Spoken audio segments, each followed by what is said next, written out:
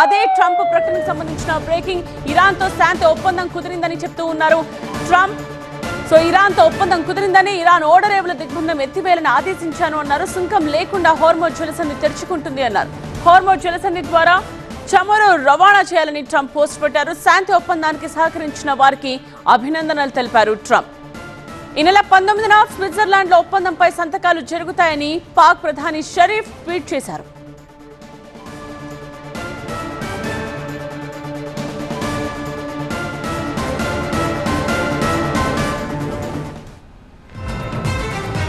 Deal done.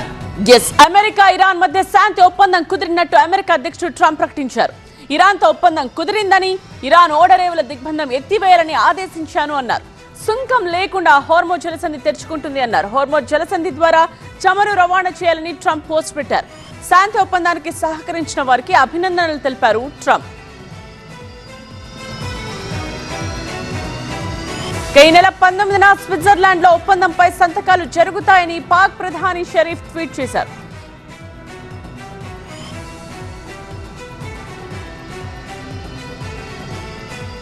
So ఈ deal కి సంబంధించి అమెరికా అధ్యక్షుడు చేసిన ఈ ప్రకటనకు సంబంధించిన కంప్లీట్ డీటెయిల్స్ ని తెలుసుకుందాం. Associate editor Mahatma phone line లో అందుబాటులో ఉన్నారు.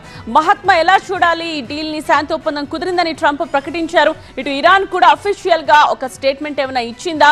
సో 19న సంతకాలు చేసుకుంటాం స్విట్జర్లాండ్ లో అని చెప్తున్నారు. కంప్లీట్ డీటెయిల్స్ చెప్పండి.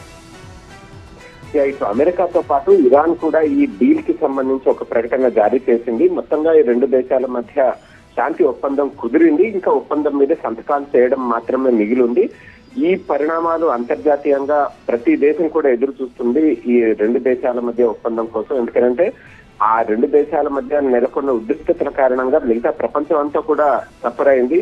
ముఖ్యంగా ఈ హర్మూజ్ జలసంధి నుంచి ఆయిల్ రవాణా అన్నది, క్రూడ్ ఆయిల్ రవాణా అన్నది నిలిచిపోవడం, క్రూడ్ ఆయిల్, సిఎన్జి, గ్యాస్, ఇతరత్ర రవాణా నిలిచిపోవడం, ఈ కారణంగా అనేక దేశాలు అనేక రకాలుగా ఇబ్బందులు పడుతూ వస్తే ముఖ్యంగా భారతదేశం కూడా ఈ సమస్యను తీవ్రంగా ఎదుర్కొన్న విషయం ప్రతి ఒక్కరికి తెలిసిందే.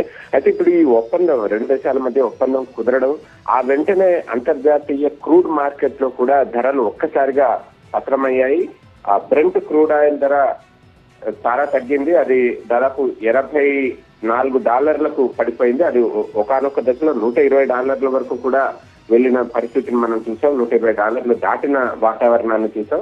అలాగే WTI బ్యారెల్ ధర $80 చేరింది. ఇంకా ఈ ధరలు మరింత తగ్గే అవకాశాలు కూడా కనిపిస్తా ఉన్నాయి. ఎందుకంటే ట్రంప్ చేసిన ట్వీట్ లో ఇంకొక విషయాన్ని కూడా ఆయన చాలా స్పష్టం చేశారు.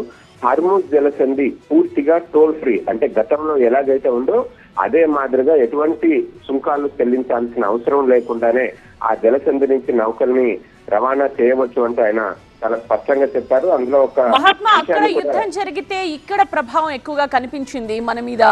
అంటే అన్ని రకాలుగా ప్రజలు ఇబ్బందులు పడిన పరిస్థితులు మనం చూసాం. ఇంధన ధరలు కానివ్వండి, మిగతావి కూడా. సో అవి క్రమంగా తగ్గే అవకాశం ఏమైనా ఉందా? ఖచ్చితంగా. ఎప్పుడైతే ఈ క్రూడ్ ఆయిల్ ధర అన్నది తగ్గుతూ వస్తుందో దాని ప్రభావం క్యాస్కేడింగ్ ఎఫెక్ట్ లాగా మిగతా అన్నిటి మీద కూడా పడుతుంది. ఎందుకంటే క్రూడ్ ఆయిల్ నుంచి అనేక రకాల బై ప్రొడక్ట్స్ అన్ని కూడా తయారవుతూ ఉంటాయి. ఆ క్రూడ్ ఆయిల్ నుంచి మనం సాధారణంగా పెట్రోల్, డీజిల్, లేదంటే పెట్రోలియం గ్యాసెస్, వీటి గురించి ఎక్కువగా ఆలోచిస్తూ ఉంటాం. ఇవి మాత్రమే కాదు, ఇంకా బై ప్రొడక్ట్స్ లో ప్లాస్టిక్ కి తయారీకి కావాల్సిన వస్తువులు కావచ్చు, లేకపోతే ఎరువుల తయారీకి సంబంధించినవి కావచ్చు, లేదా రోడ్లు వేసేందుకు అవసరమైన తార్, ఇలాంటివన్నీ కూడా ఈ క్రూడ్ ఆయిల్ బై ప్రొడక్ట్సే.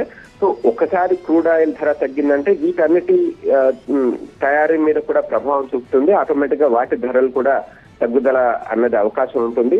ఎప్పుడైతే పెట్రోల్, డీజిల్ ధరలు పెరుగుతాయో సరుకు రవాణా వ్యయం కూడా పెరిగి వస్తువుల ధరలు ఫలితంగా ద్రవ్యోల్బణం సైతం పెరుగుతూ వస్తుంది. అదే ఇప్పుడు ధరలు తగ్గడం వల్ల ఈ ద్రవ్యోల్బణం సైతం అదుపులోకి వచ్చే అవకాశం ఉంటుంది. ఇది ఓవరాల్ గా ప్రపంచానికి ఒక గుడ్ న్యూస్ గానే మనం చెప్పుకోవాలి. మరీ ముఖ్యంగా భారతదేశానికి ఇది ఒక గుడ్ న్యూస్. రానున్న రోజుల్లో ఈ క్రూడ్ ఆయిల్ సరఫరా అంతా కూడా సాధారణ స్థితికి చేరుకుంటే, అంటే ఈ హర్మూజ్ జలసంధి నుంచి వచ్చే నౌకలన్నీ కూడా ఫ్రీగా రాగలిగితే అప్పుడు ఏ ఇబ్బంది ఉండదు. ఈ మధ్య కాలంలో మనం చూసాం భారత నౌకలు సైతం ఈ రెండు దేశాల గొడవల్లో దాడులకు గురయ్యాయి. కొంతమంది భారతీయులు సైతం చనిపోయారు.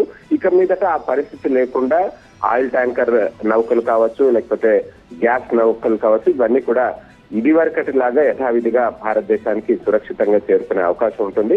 ఫలితంగా సాధారణ స్థితి, యుద్ధానికంటే ముందు ఎటువంటి పరిస్థితులు ఉన్నాయో ఆ పరిస్థితులు నెలకొనడానికి ఆస్కారం ఉంది. Right Mahatma. So America Iran మధ్య శాంతి ఒప్పందం కుదిరినట్టు అమెరికా అధ్యక్షుడు ట్రంప్ ప్రకటనని మనం చూస్తూ ఉన్నాం. ఈ మేరకైనా పోస్ట్ చేశారు.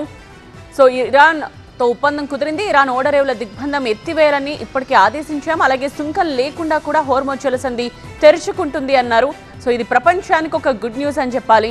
హోర్ముజ్ జలసంధి ద్వారా చమురు రవాణా చేయాలని ఇప్పటికే ట్రంప్ పోస్ట్ పెట్టారు. శాంతి ఒప్పందానికి సహకరించిన వారికి కూడా ధన్యవాదాలు చెప్పారు. ఈ నెల 19న స్విట్జర్లాండ్లో ఒప్పందంపై సంతకాలు జరుగుతాయని పాక్ ప్రధాని షరీఫ్ కూడా ట్వీట్ చేశారు. అమెరికా ఇరాన్ మధ్య శాంతి ఒప్పందంపై పాక్ ప్రకటన ఇది. అన్ని సైనిక చర్యలను నిలిపివేయడానికి రెండు దేశాలు అంగీకరించాయి అన్నారు. జూన్ 19న స్విట్జర్లాండ్లో ఒప్పందంపై సంతకాలు చేస్తారు అని షహబాజ్ షరీఫ్ చెప్తున్నారు. మధ్యవర్తిత్వం చేసిన ఖతార్, సౌదీ అరేబియా అలాగే తుర్కీకు కృతజ్ఞతలు కూడా చెప్పారు. ఈ వారంలోనే కీలక చర్చలు ఉంటాయని షరీఫ్ చెప్పారు.